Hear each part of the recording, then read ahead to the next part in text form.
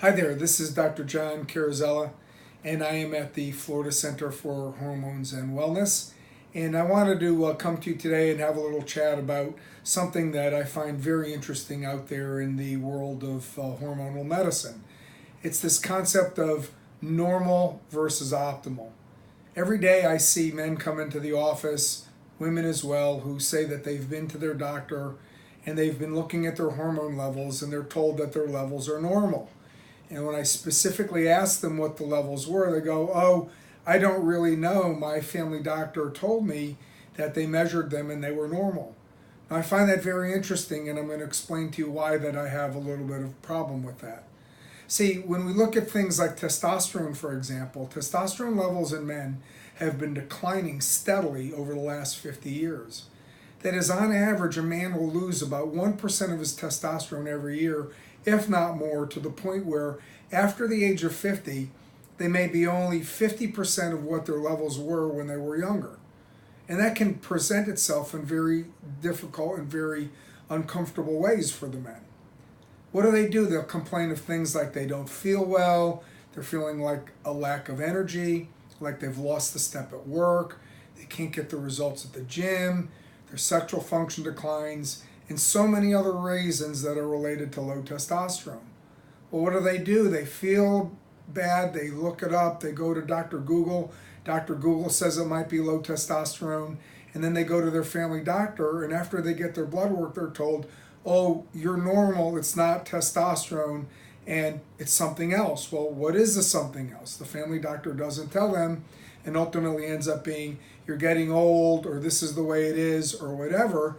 And men go home and they're frustrated, and then they might see an ad for low testosterone clinic or whatever, and they're disappointed because they've been told by their doctor that their levels are normal. Well, I'm here to tell you, normal does not mean optimal. What's normal?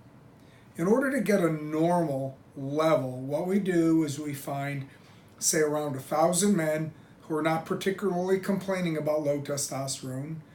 Then they measure their blood levels and they get what's called an average. And for any of you statistics buffs out there, you know that an average is a mean median number that's right in the middle of the group. And then what we do is we measure two standard deviations on either side of that number, and we come up with a range that encompasses about 96 to 98% of the population, and we call that normal. Well, all that is a statistical normal, and it says nothing about quality. The problem is it's the quality that matters. Do you feel good at the number that you have? And when we look at the literature, it's very clear that men don't feel good oftentimes at the lower numbers. And so that becomes the problem. They don't feel good. And again, when we look at the literature, we find reams and reams of literature, article after article, describing how men feel at testosterone levels that are definitely within the normal range, but are lower than a number that they might feel better at. So hormones are a very interesting substance in that we do respond to the amount of hormone in our body. And so just to say that we're normal is not necessarily the right thing to do. So what we want to do is we want to focus on this concept of optimal. Now, why is optimal different than normal? Well, there are a variety of reasons why optimal is different than normal. First of all, any particular person may just feel better at a higher hormone level, and that's good. Beyond that, we know that medically people do better at higher hormone levels. So even though they're in a normal range, if you raise that normal range up a little bit, that optimal range gives them a better long-term medical result. And then beyond that, what happens to the hormone when it's in the body? Well, without getting too technical, there are these little things on every cell in your body called receptors. And a receptor is like a lock.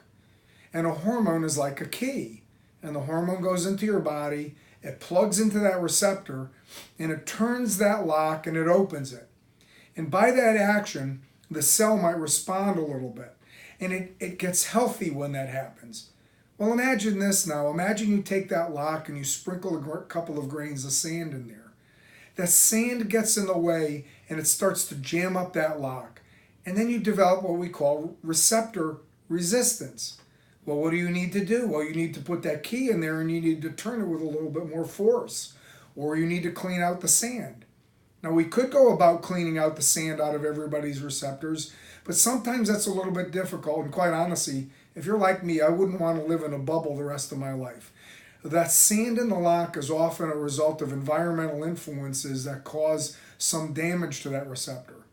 What we found sometimes is that all we need to do is put a little bit more strength behind the key. That is, put a little bit more hormone in there and torque on that lock a little bit more and make it work. And guess what? That works.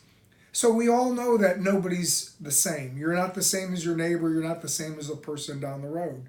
So your environmental damage to your receptors is not going to be the same as the guy next door or the guy down the road.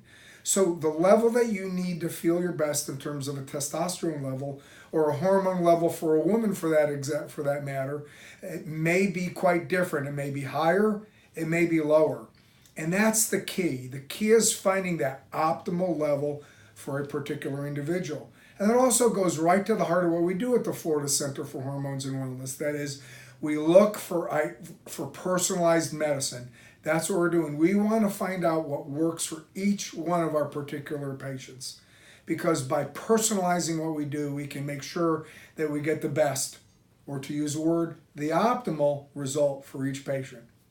So I just wanted to take a few minutes to clarify the difference between normal and optimal and let you know that the next time that you go to your doctor and you're asking for a hormone level and you ask them what the number is, know that a normal number may not necessarily be the best number for you. So this is Dr. John at the Florida Center for Hormones and Wellness, wishing you a great day. And if you have any questions, please feel free to give us a call or send us an email.